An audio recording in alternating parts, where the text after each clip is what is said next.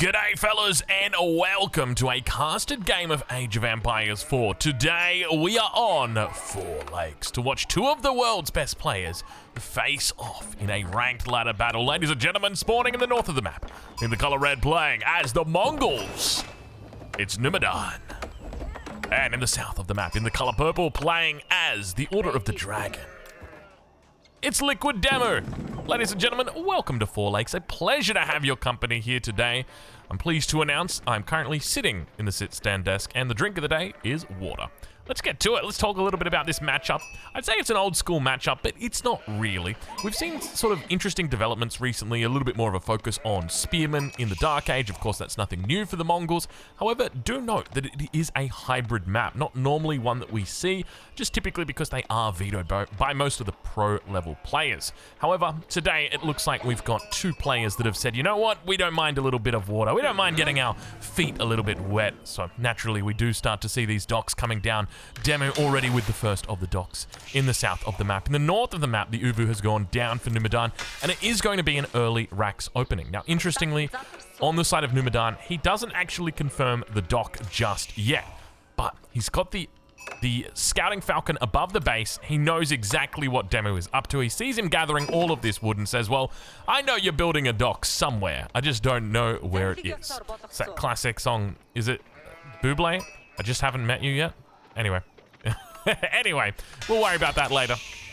I'm looking forward to this game because I think realistically the Mongols have got the upper hand. So the question for me is going to be about how Demu looks to try and fight it, knowing the fact that he's going to be up against a civilization that's got the aggressive advantage, will most likely be looking to get up to castle ahead of him, deny out relics, which is quite powerful for the Order of the Dragon. Because if we think about it from like the Order of the Dragon perspective, ideally you want to try and be working towards Imperial Age, right? Like you want to get that palace up, that Swabia printing.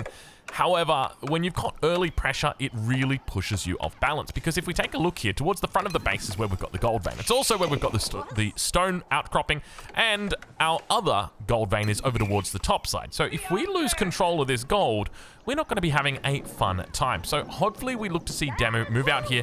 I wouldn't be surprised if we see him put down an outpost or something, though, to be honest, even if you put an outpost down here, it doesn't make a whole lot of sense, right? Because you throw an outpost down here to defend yourself, and all of a sudden, what's going to happen? Well, your enemy's just going to put an outpost over here and then push you off the gold. So you don't really have an option when it comes to going defensive like the same way that the Japanese do. Normally their outposts come in a little bit later, and we can already see those double spear moving down towards the south side. The wall has managed to come up. We don't yet have it completely done, but there's a reason why that is, and that's because you'd need to go underneath the town center if that were the case. And have a look at this. We've got long distance gold mining. Did he send out enough to actually grab enough gold? That is absolutely hilarious. That is so funny. He long distance mined the gold with all of those villagers, never had to make a mining camp. I tell you what, I'm impressed. I am very impressed. Demu is playing this incredibly well on the opening. A lot of chess going on right now, and you gotta feel like Demu has just put Numidan into check, because things are looking good so far for the Order of the Dragon. The fact that he's got just the 3 fishing boats out for the moment, you can see he's got the 1 villager on the wood still at the moment. A lot of sheep about to come through. He's got the deer that he'll be able to push as well. In the back of the base, we've got the mine work. Probably going to be looking at, actually, how do you go about potentially getting castle age here if you don't have control of the gold? And he's got no scouting towards the north. It looks like that's about to change, though. And with that, he will find that gold. So I think from this position, I'd be very tempted to try and get that gold in the north. But I guess realistically, with the Minework Palace coming up, there's a good chance, like, this is 10 vills, right? 10 vills. He's going to be racing to try and get that archery range up. I suspect that's what the case is going to be. You can see those 4 vills are going to come off now. No point in being in the feudal age if he can't afford to build an archery range. So that's where the mindset is. Though, I guess, alternatively, you could look to get a galley or a Hulk out potentially. You can see him moving it around. Unlikely to see that demo ship, so most likely going to be a galley here. Let's have a look and see what the resource count will be for him as the age up comes through. He's got a whole bunch of wood in these. There we go, 150, about to get through for that next one. He needs to do a forced drop off right here. There we go. Now the galley going to be coming out. So I think in this position, you're hesitant to move villagers, because if you move villagers, it's almost certainly going to die. So you can rebuild your dock. Ideally, you don't want to lose it. It looks like he may potentially get the ignite coming out, though. We'll have to see. It's 5 seconds to go. Worst case scenario, Numidan's just going to split. But I think that I think the ignite probably is going to happen here. Let's see if Numidan actually wants to commit to getting this or not. You can see, yeah, there's the split coming through. He's doing a good job of just making sure those spears are still getting some decent damage through. I think the Demu should be able to hold this. Meanwhile, towards the north, Scout going to be spotting out that second dock. We got double dock opening through for Numidan. Keep in mind, still in the Dark Age, nowhere near aging up. In fact, we've only got the 2 vills on gold at the moment. He's got 220 in the bank, 380. I take it back. He's plenty close near that age up. You can see these spears just juggling and jostling, trying to find a hit on this dock. But Numidan losing a lot of units here. And you really got to wonder, was it worth it, right? Was it worth it just to get this ignite? And even if you don't get the ignite, obviously it wasn't. But if you can potentially get the ignite, is it worth it? It's down to 450. 400. That's the double. That's the 2-shot. Now the Vil will come out. You can see that immediately the Khan comes out and is going to look to try and siege this down. But naturally, this Vil should be coming over here and looking to repair this. He should know that this is a potential igniting threat. And you can see he's going to work it down one at a time. You don't know what the threshold... Oh, he got it! He actually got it! Oh, the first mistake we've seen from Demu 6 minutes into the game. Can you believe it? The Khan gets it down doing a single shot of damage at a time. He got the ignite. It didn't show up on my screen because we weren't in the perspective of Numidan, so you don't see it, but he manages to get it. Was it all worth it because of that? Probably not. I still would have favored having the extra spearman. I don't think it was worth it that much, but I guess he wasn't really counting on that very fast age up coming through from Demu. Archery range is now out. He'll be looking to put on pressure. Jeez, we have come off sharp with this one, ladies and gentlemen. We are absolutely balls to the walls very early on in this game. Welcome. A pleasure to have your company as we take this little break right here to say welcome. Welcome, folks. I hope you're doing well. I'm hoping your games are going well on the ladder at the moment. But I tell you what, this one is a bit of fun, isn't it? I think that's what I was going for there. But you know, sometimes the brain just doesn't fire on all cylinders. Sometimes I wonder whether or not there's even petrol in the tank half the time. But look, good thing we're an electric car, so we don't need petrol. All right, we've got ourselves a mining camp finally coming up towards the front of the base. Of course, he's got good control now. We can see the archery range has come out. Now, one thing to note, you've got 1.25 movement speed on the Gilded Archer. Compare that to the normal Archer. Together with that additional speed that's coming through from the Khan, and you have a dangerous position here in going Gilded Archers. At the same time, we also see the stable coming up on the Uvu. Now, this is obviously going to be scouted out by Demu here, so he knows, hey, there is some shenanigans going on right now for Numidan. And have a look at this. He's going into Mangudai out of all things. So not even looking to go into archers. Just going to be going with Mangudai. We also see potentially some horsemen in queue. No, it's going to be just upgrading to normal horsemen. That's what he's going for. So a couple of the Mangudai sneak out the bottom. And now those archers going to head back to base. So where do we go from here? I would suspect... I was about to say... I would suspect we would see Demu look to go into Castle Age from here so that he can secure relics. But we don't see that at all. Instead, we see him shifting over to stone. Is this a second TC? Is he playing for the long game? Because normally, when it comes to the Order of the Dragon, the way I think about it is like, you got two real ways that you can play. You can play second TC feudal, or you can play single TC castle, right? And the idea is that you want to get that second TC up. You want to stay feudal then into castle for quite a while, and you're not really relying on Palace of Swabia because you've got that second TC. He's just going for arrow slits. All right, we're back. We're back. We're back. We're back. He was just getting arrow slits. Excuse me. So it looks like he is going to play into 1 TC. Definitely the right call here. Honestly, the right call. The big thing for me is, like, don't overinvest in archers. I don't think you need to go too crazy with archers, right? You got the arrow slits. You're going to have... I mean, he doesn't have the fortification yet. But, like, what's the worst case scenario that happens? You go Castle Age and you get access to, like... I mean, you could lose gold. I think losing gold's the big problem, right? You've got enough archers, easily enough archers to hold Mangudai at the moment. Even if a horseman comes in, like, good luck getting in here. This is just so much pain for a horseman. And I think Demu's going to realize that. This is probably where he holds off on the archers. I think you're clear for takeoff now to go to Castle Age. Let's see what the play is on the side of Numidan, though, because he's moving up with the Mangudai numbers. A couple of horsemen out. Keep in mind they've got their veterancy through now. They'll be looking to try and squeeze in onto these Gilded Archers, but they've got that extra damage as well as that extra range, and as well as that extra hit points, that HP. Third dock now coming down for Numidan. So quite a bit of an investment out here. Now, do we have additional docks on the other side? Indeed we do. Demu has looked to begin expanding his all the way out over here. I guess he's primarily looking just for or keeping line of sight out here. To me, it doesn't make sense. I would be prioritizing these ones. You really want to prioritize these ones ASAP because they're the closest ones.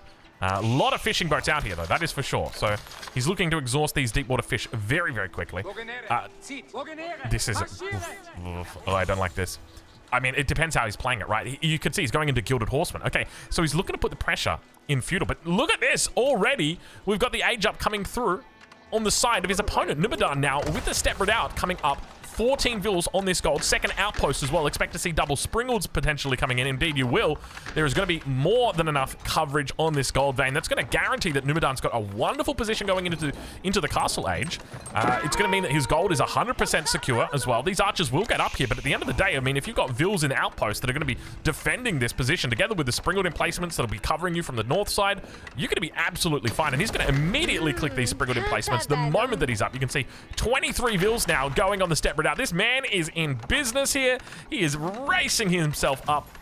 And immediately he gets there. Expect to see the market. Expect to see the priest tent go up, or the prayer tent go up very, very soon. Look at the amount of vills he's got here, my lord. 23 vills. What kind of eco upgrades are we talking? Absolutely nothing. On the side of Demu, we've only got the double broadaxe. So Demu, like, to be honest, Demu is a little bit behind the 8 ball here. How does Demu go about playing this? I think you can invest a little bit more time into Feudal Age now, because you can say, okay, well, he's up. I'm not going to even be close to getting up. If I want to get relics, it's not about snatching them from him. It's actually about me defending those relics and being able to hold position on the map until I can get prelates out there eventually. So I'm going to need to get a bulk of units out in the first place. But have a look what Numidan... Is Numidan fast imping? This is an incredibly quick imp. If he's doing it. He's... Wow. Okay. Wow. Oh, wow. Because of the fishing economy. Yeah. Okay. This could be one of the fastest Imperials we've ever seen. It's a 12-minute imp that he'll be clicking up very close to it. Previously, the fastest Imperial that we've got, it doesn't, I mean, it obviously counts, but it's like, it's a ranked game. I remember, I think it was Beastie, he did like a 9-minute 45 Imperial. Burgrave now coming through from Demu. That's a... I'm scratching my head right now. I like quite physically, like literally scratching my head. What's the play here from Demu? I can't help but feel like the play is go Regnets and try and get as many relics as you can and just try and control the gold. Or try and control the relics, right? Like, don't give up just yet. He's about to click up. It's before 13 minutes. This is one of the fastest Imperials we have seen in a very long time as the Gilded Horseman goes down. Because realistically, when an Imperial Age is coming through normally... Wow. Pre-13 minutes. That is an incredibly fast imp. So yeah, we've seen... I remember seeing... You get your fair share of like Holy Roman Empire naked fast Imperials, right? But I'm not going to say that those don't count. But very much those are games where it's just kind of like... You know when Beastie gets matched against a Conqueror 2 player? It's basically, it's that kind of thing, right? Like, you could definitely get away with it in a ranked game. When I say ranked game, I mean like a fair game. But like when you're talking about a very fair game, and the fact that Numidan has recognized this is the optimal thing to do in this situation, Nesta Bees, not a bad roll on the first roll. Ideally, on the first roll, you want to look for something that's cavalry related. Like you want to try and get, even like your Mangadai coming out are very nice. Like Palace Guards are a good roll, but yeah, look, hey, it could be worse. You could have got a Hui Hui Pow. You could have got a Hui Hui Pow. That could have been tough. All right, coming in underneath the Springled emplacement outposts, a bold Demu attempts to stall out the gold that his opponent is gathering, and then very quickly realizes, well, hold on a minute, this isn't gonna work. So now there's still 5 relics on the field, well, 4 relics on the field. One of them has been picked up in the prayer tent. Still 4 relics up for grabs. Battering ram coming up now. Second battering ram coming out. Demo, do you know what age you're in, sir? I don't know how much about timings, but I'm gonna say right now, I suspect this one could be a little bit off timing. What do we got? Second roll? Horse archers? Not bad. That's a good roll. That is a good roll. I would absolutely love that roll. It is a... What was that? I don't know what that sound was. All right. In the middle of the map, though, he's just going to let him get it. He says, go on, you can have it. We'll let you. We give you those ones for free. Meanwhile, Numidan just walking over the top. He says, I don't even mind. He's coming down here. He's going to try and snag this. You can see Demu going to be moving over with the galley. Meanwhile, towards the front, archer number, as well as those men-at-arm number, is building. Keep in mind, these are gilded units. We've got a hand cannon here out now as well. Nesta B's firing off the back as the battering rams make their way forward, able to take out the first of the outposts. Vil's going down quickly. You can see those gilded archers, how much value they're getting. Sniping out 4 villagers so far in this early stage of the game. Horse archers now arrive. What's up next? We got the warrior monks coming out. Probably not the best roll, but to be honest, it's not a terrible roll here. There's still quite a few relics on the map. You do get those buffs that they provide when you actually hit enemy units as well, so you can definitely use them as military units. You get Boyer's Fortitude, all that good stuff. They come through with all the unique bonuses. And now towards that top side, we see a couple of fishing boats going to be going down. They're going to need to evacuate the dance floor. Going to need to move out to deeper water fish. Stepper out, probably going to have to withdraw from this position unless he's confident he can defend. Fishing boats did go down. He's lost 11 already in this game. 11 economic units, more reinforcements coming through. It looks like Demi might be committing hard right now to Castle Age. So that was his decision. That's his determination. He said, you know what? We're just going to go hard, commit Castle Age. That's going to be the go-to. That's going to be the play. We're going to play this like you would the Feudal Age, except we'll play it in Castle. We'll make lots of infantry. We'll spam out battering rams, and we'll pretend like we never aged up. And that makes a bit more sense as to why we got the Burgrave. Because you can see he's actually getting very good value out of this Burgrave right now because he is building units non-stop. And I think part of the reason why I was scratching my head a little bit earlier is because when you think of the Order of the Dragon, you're typically thinking of fast Imperials. You're typically thinking of getting up to that Swabia ASAP. But he said, well, I got all this extra food from my fish. I don't know if I need to necessarily get Swabia. For what? Like, if you think about what's Swabia? Swabia is a big TC that I put on my woodline, and the vills that go from my woodline go to and make farms, right? If that's what Swabia is, then why do we need Swabia? We've already got Swabia. It's the Palace of Fishing Boats. That's what we've already got. And naturally, he says, we're just going to push with all the units that we've got here. Infantry number is looking quite healthy for him. Keep in mind, these are gilded units, so they're very easily able to dish out some damage. Battering rams now through onto the outpost. The front palace guards are out together with the villagers. They've got the torches and the Guandaos. I knew it, but I just couldn't say it without looking at it. What's our next roll? How are we doing? We got Magadai coming out. Beautiful rolls coming through so far for Numidan. Hasn't hit a single Hui Hui Pow. And I tell you what, if we've seen some games, I remember the Crackety Here game that we saw where there was like 2 or 3 Hui Hui Pows in a row, and they were all of his first rolls, and it was just hilarious. I think he still won the game, but it was just like, you made it so much harder by getting those terrible Hui Hui Pow rolls. Okay, how are we doing on Warrior Monks back here? Have we lost them all? I think we've lost them all. Disappointing. Yeah, one on the ground right there. Horseman now going to move up towards that top side. Range units on the bottom. Numidan spots it out. Evacuates the villagers. Said, no, we're not interested. Wheelbarrow finally coming through. Double broadaxe and fertilization on the way now for Numidan. He's feeling good about himself. Shaman's gone down. Now looking to try and catch his opponent out of position. A lot of units looking to enforce this position.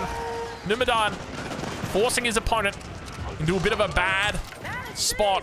Nesta B is going to rotate out. Just trying to take out this front line. Has managed to find it, but the kiting continues. Let the Nesta B do the front lining. Next roll, Elite Lance, or Elite Knights. Beautiful. Boyer's Fortitude. Oh, he gets a double. He gets a double. I tell you what, you know, when it comes to RNG, this landmark, the Kaganet Palace, it's pretty good, right? You don't get that many bad rolls. I think we can all agree. Like, does it actually tell you what the options are? Is there any way for us to see what the options are? I don't think we can see what the options are here. I think there's like 9 options, and I'm pretty sure like 7 of them are just very good. One of them is like okay, and well, arguably that one that I'm talking about, the Warrior Monks, is like actually quite good. And then the Hui Hui Pow, I would probably say, is like the last one. You typically don't want the Hui Hui Pow. Having like a Trebuchet or Hui Hui Pows in general, it's one of those things that you don't just want them. It's something that if you need them, you'll make them, right? But you don't just build a random Trebuchet because you're like, hey, I'm gonna go push the enemy eventually. I'm gonna make some Trebs. Like, they're purpose built, I guess is what I'm trying to say here. They're kind of like the UFOs that are built under the Atlantic. They're purpose built. That's an Alien reference. Sorry, shouldn't have brought it in. I remember what you guys were like last time. I said aliens, and you guys were like, not on my Age of Empires 4 channel. So anyway, the aliens will be touching down on the White House lawn, and I'll be like, hey, did you guys see the news lately? Nothing in there about aliens, eh? I just will refuse to talk about it. Not really. I mean, at the end of the day, it's one of my interests. I'm gonna talk about it. You can't make me not. You can't make me not. Sorry, I sounded like I got a bit emotional in there. I didn't actually. I had one of those weird voice things. Anyway, let's check in and see what's on the way here. More Lancers coming through. He's just had a whole bunch of Khan Hunters pop through. You gotta be careful when you say that one. Don't say it too fast. 20 minutes into this game, the Nesta Bee continues to apply pressure. You can see how powerful that Nesta Bee is. I swear, the Nesta Bee is still too strong, man. It is still 3? I remember them going from 1 to 2. I don't remember it ever being 3, though.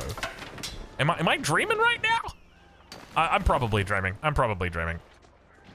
Look at the size of the army here for Numidan. When it comes to, like, military population, Demu's is higher. But that's only because his units require more pop. I guess that's... well done, Drongo. Good observation. The army size here for Numidan looks incredible, though. At least to me. That's a 4th relic, by the way, for Numidan. Not that Demu really cares. He hasn't invested heavily in relics this game, but we see a little bit of an infantry surround coming through from all angles on that south side, making his way around that western flank, coming through to intercept any reinforcements, doing a decent job of kiting back. Cavalry numbers starting to look a little bit thicker. No Wallalol, that was an age up. Was that an age up on Demu's side? I think it had to be. There was no other way it could be. If so, why is he picking a fight then? Demu, why are you picking a fight if you're aging up? It was an age up. He just reached Imperial. Demu, why? Why you just hit Imperial? You're just getting elite unit. Oh, he's switching. He's switching. That's okay. If you're planning on doing a switch, absolutely fine. Okay, it all makes sense. I have no objections here. So essentially, he's doing a tech switch. But the thing is, when you do a tech switch, you don't want to have, when you age up, you don't want to have like 5 different units that you've got a good mass of. Ideally, you want to have like 1 to 2 really big masses of units so that you can get a lot more power from those upgrades, because you're not going to be able to afford like 5 elite upgrades straight away.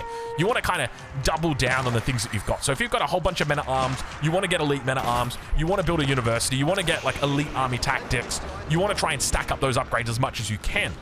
Whereas here, what we saw is that Demu had a whole bunch of archers, a whole bunch of crossbows, but he sees that isn't working.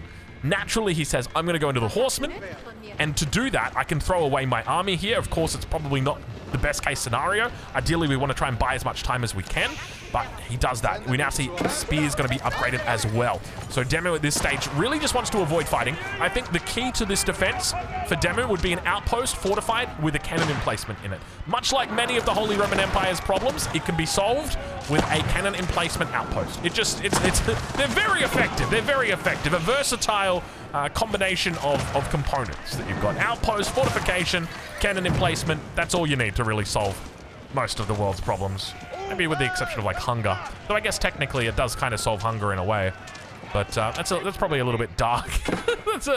I'm getting flashbacks to deployment. I'm just kidding. Rwanda was perfectly fine. All right, let's... Sorry, I never got deployed to Rwanda. I'll say that right now. I knew some folks that were. Didn't sound pretty. Anyway, horsemen over here, doing a little bit of a raid. Doing a little bit of a raid over on this west flank. You can see the gold vein right now. Just, unfortunately, getting exhausted the sad way. Normally, you'd like it to be exhausted out of minerals, not out of villages. Over to... God, that was really dark. Sorry. What is wrong with me, dude? I don't... Where is my head at right now? I gotta fix myself. Excuse me, guys. I shouldn't be joking about genocide. Even though we're actively witnessing... Yeah, stop it, Drongo! Okay, we're officially cursed. We're officially cursed. I'm sitting up. You gotta sit up for a curse cast. We just crossed the threshold. Let me take a drink. The drink of the day is water. I've already revealed that. Let me go ahead and double down now. That is good water. Now, speaking of water, the Hui Pao, unable to go over water, but very good at killing things that are built near water, such as docks or buildings in general. So that's what we're going to be looking out for as the Hui Pao is finally out today. I'm going to move my water back over to somewhere I can't bump it. Dude, I tell you what, these curse casts, sometimes you get them, sometimes you get got, but today we are getting them. That is for sure. Let's ride on board with Numidan. This push is happening. Military count looking very even, but at the same time, it doesn't feel like it. The Order of the Dragon just does it that way sometimes. And ladies and gentlemen, Demu said, I think we can go. He said, I think I've got the numbers. Hand Cannoneers gilded on the backside, together with the Horsemen moving up around the edges. Spearmen looking to continue holding that front. Nob's going to fire down upon all of these gilded Hand Cannoneers, and Demu looks like he's doing a number. It looks like he's getting working. Keep in mind, he's got those reinforcements quickly going to be reinforcing this position. And indeed, he's got to be able to hold this here relatively well. A A solid performance here by Demu on the defense as he chases away the rest of the forces from the Mongols in the north. Another nest of bees comes out shortly, going to be taken care of, and indeed Demu now turns around the game 25 minutes in.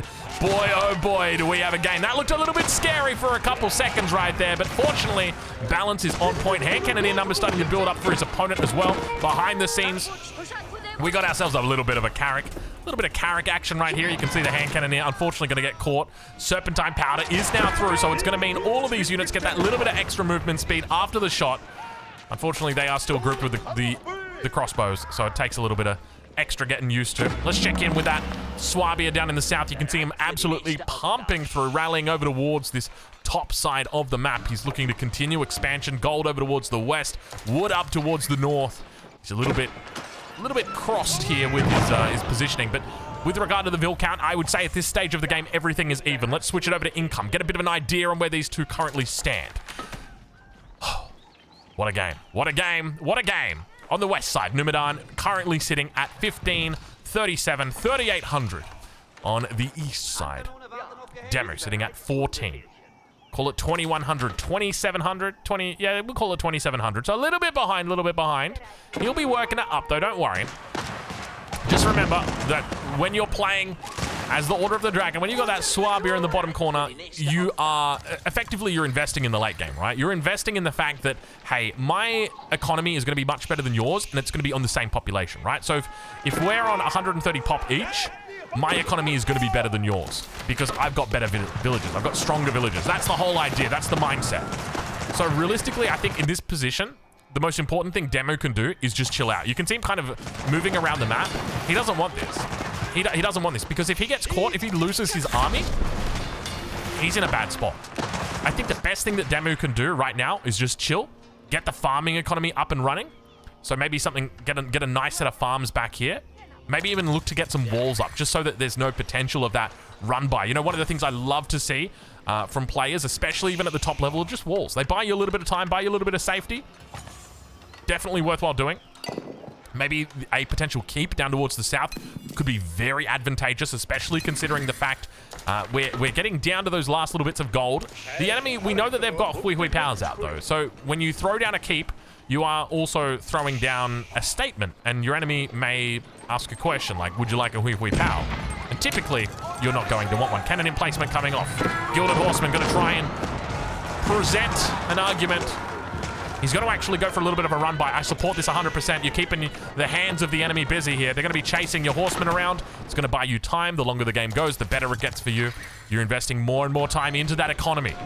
More and more time. Oh, what's going on here? Wood economy looking a little bit sour right now. He does actually have the lumber camp up towards the north. Vil's on the move. He's coming down to the south. I think it's going to be a keep down here. He'd have to be doing a keep down here. I think he might be looking to relocate, but that's a little bit of a concern for me. I will say that right now. He's definitely moving a lot of units down here. Men-at-Arms coming out. Warriormog looking to capture this position. There's the keep. We did suspect it was coming down. But keep in mind, those Hui Hui Power already on standby. He's got the triple out. Oh my lord, he's got triple Hui Hui Power. You know what? They came at the perfect time. You know, I was just talking about earlier the fact that when you need trebuchets, right, they're purpose-built. They're something that you build only when you need them. You don't just build them preemptively, right? Like some games I'll be like, hey, you know what? I'm going to preemptively build 2 mangonels. Just cause. Right? Whereas the trebuchet, you don't preemptively build those. They're purpose-built. But the good news is, these Hui Hui Pow, these have got a purpose. Numidan may not know it now, but these Hui Hui Pow have got a purpose. And soon, this is not good for Demu. This is, you are outnumbered, you are outgunned, you are out-cavalried, my friend. He's going to have to get on out. Where is Demu's army? It says he's got 63 military pop, but I don't believe it. Not for a second. He's just getting eaten apart. Look at all this army back here. Demu making a mistake. Moving forward, just push. What happened? What happened? He just... all we had to do was we just had to chill out. We're moving towards maximum population. We just chill out under our keep. We do a little bit of repairing from the Hui Hui Pow. Maybe throw a TC. No, we don't throw a TC. We could drop some houses along this back line. He's already at 200, so you probably don't want to do it, but you know, emergency repairs is kind of important. Get that bad boy up, but I think the reality is I don't even think Numidan knows about this keep right here. Hui Hui Pows are going to move up. They're going to be pleasantly surprised with the prospect of a keep. even in the event that he doesn't find it. More Vils on the move. Demu up towards the north side. Those are going to be spotted out by the Sacred Side. And immediately we see Numidan appear to move towards the north, or at least rotate up towards the north. You can see him definitely pivoting. More military units going to get caught out, and this is a combination of bad moves from Demu here, as it looks like more and more units just going to get sniped out little bit by little bit. Critical mass just doing work, and now the keep going to be coming up on the shoreline. Horsemen into the back of the wood line. Anybody got to reference the gold vine? The gold vine. The gold vine. The grapevine. The grapevine. The gold mine. The shoreline. we are rhyming out of control today. Let's ride on board with Numidan and see how he's doing. Because at the moment, villager count looking healthy for Demu. Army count, not so much. And he's got a whole bunch of units in his base. To be fair, they can't really do much at the moment, right? Like, that's the good news for Demu. They're not going to really do much here. But he does spot the Hui Pao. There's the TC. We thought it was going to come down. Indeed it does. Able to pick up a couple of Hui Paos here. We'll ride back in with Demu now. And watch on board as he looks to try and defend this. 31 minutes into the game. He's got plenty of Vils up in the north. Plenty of Vils down to the south. The main thing I'd be concerned about is all that army heading over towards this position. Cannon emplacement needs to come through. It can't come through any sooner. I would be tempted to cancel this and build a cannon emplacement. That's how important a cannon emplacement here is. You saw all that infantry before. Look at all of that infantry. There's only one thing they fear, and that's AoE. Cannon emplacement here could be very good. I almost feel like it's a little bit underused. Emergency repairs has been used on the keep. No longer available at the town center. Town center going to be focused down. Vils need to be pulled to repair. He does have wood. He's got stone in the bank. Meanwhile, towards the back, horsemen looking at the mall, absolutely everything. Demu trying to clean it up. Should be able to find it. Quite a few of them have gone down. Apologies for not showing that sooner. Nesta Bees moving up. Double Hui Pao out. Doing quite a bit of work here. Second keeper's now come online, but just remember there's really not much he can do here. He needs to try and find a way to get some horsemen out to actually deal with this, because if he loses this, he loses gold. There's not much left in here, 5k, but I tell you what, 5k is better than no k. And that's where he's heading. He's got, speaking of Ks, he's got 4Ks in the bank right now. Demu, you wake up, son. You gotta get some siege or something out here. You can afford 6 mangonels. And that's not even including the market. Doc coming up towards the top. Carrick is gonna be his approach. And of course, you're gonna do work here, but look at this. Like, I mean, this is tough, right? Like, the game is not won on the water. The game is won on the land. Even if you push your opponent off the water, like, there's literally nothing here. Worst case scenario, they just move a couple buildings. He's playing the Mongols. Back towards the main base. Landmarks are now going to start being the focus. Demu is slowly rebuilding, slowly getting more and more units. Hui Pao going to be on the run a little bit right now. First keep has gone down. Second keep, not quite yet. Both Hui Paos now down. All 3 of them, technically. And Numidan at 200 population. Up against Demu with 173. He spotted out quite a few of these horsemen in the center. He can take this fight. These are gilded horsemen. I don't know why he doesn't. He's got double the health of these units. Quite literally. 450, 225. Literally double the health.